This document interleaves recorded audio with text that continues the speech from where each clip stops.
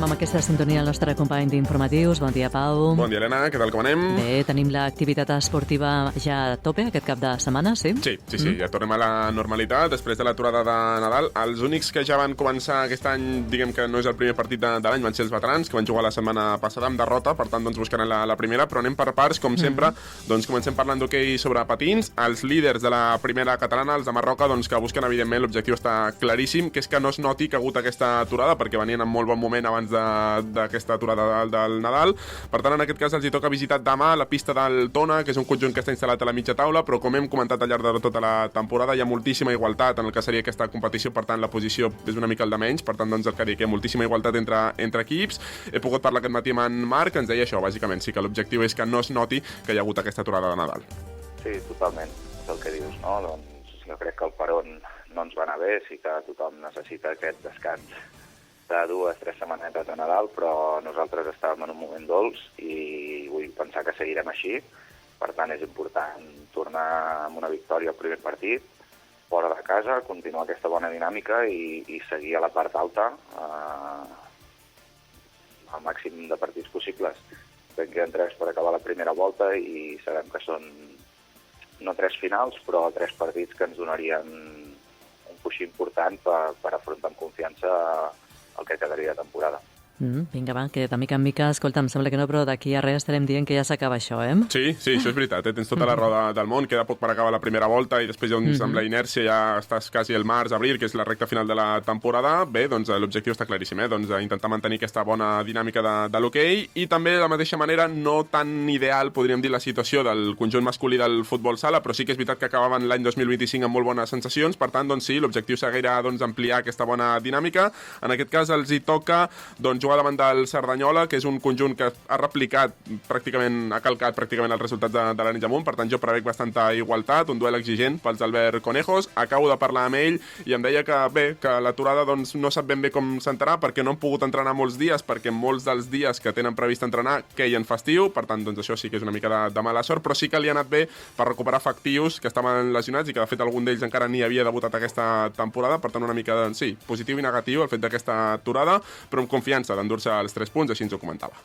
Bueno, el Cerdanyola és un equip que juga amb les idees molt clares, no? És una cosa que és la seva característica. Sabem que no és que tingui un ventall de recursos molt ampli, que fa sempre les mateixes 4 o 5 coses, però les executa molt bé, no? I és un equip que juga molt directe i aprofita molt bé les transicions. Llavors, clar, nosaltres haurem de tenir molt de compte a l'hora de fer el nostre atac posicional per intentar minimitzar les pèrdues al màxim, perquè sabem que qualsevol pèrdua, qualsevol acció finalitzada que no acabi en gol, doncs ells jugaran molt ràpid la pilota per intentar, amb aquest estil directe, arribar ràpid a porteria i els hi funciona. Per tant, haurem de tenir molt en compte això, haurem de tenir una presa de decisions molt bona a nivell d'atac posicional i intentar aprofitar les ocasions que tenim per posar-nos per davant al marcador, perquè si no se'ns pot posar el partit una mica complicat. Però bé, al final, com sempre dic, dependrà de l'encert, així que res, nosaltres a jugar, a lo nostre, i veurem què passa.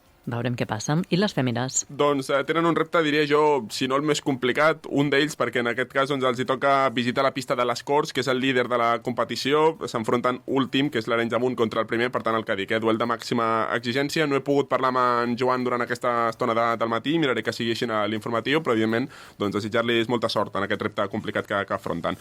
El que sí que et puc dir és que també tenim futbol, per una part el primer equip masculí, que torna a la feina després de moltes setmanes, perquè ja abans de l'aturada prevista per calendari ja no van jugar els seus darrers partits, també per en aquest cas els hi tocava descansar. Ja vam comentar també que la competició té pocs equips, per tant hi ha setmanes que toca descansar, i en aquest cas s'enfronten últim, que és l'Arenys de Munt, contra penúltim, que és el Tallà. Per tant, sí, duel, diria jo, oportú per endur-se la primera victòria de la temporada, que és l'objectiu. Sí que van estrenar el caseller de punts davant de, no recordo ara el rival, però va ser abans de l'aturada de Nadal, sí que van aconseguir un empat, però ara busquen la primera victòria. Bé, no tenim la prèvia perquè és complicat tenir l'entrenador els divendres, sí que els tenim els dilluns a la crònica, veurem què ens depara aquest partit. Sí que tenim les declaracions d'Eloi Sobirana, que és l'entrenador dels veterans, com he dit, segon partit d'aquest any 2026, busquen la primera victòria i tindran un rival complicat, perquè s'enfronten al Molletense, que és el tercer classificat, per tant, sí, equip que està fent molt bé les coses, però l'Arenys de Munt també, per tant, jo crec que hi ha motius per creure que poden donar la sorpresa. Això és precisament el que ens deia el tècnic.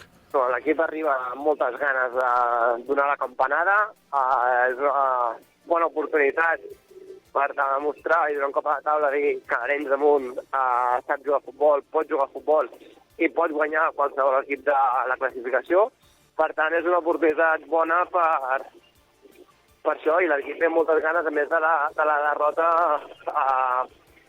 tonta, podríem dir, de la setmana passada per falta de motivació, que vam tenir intensitat.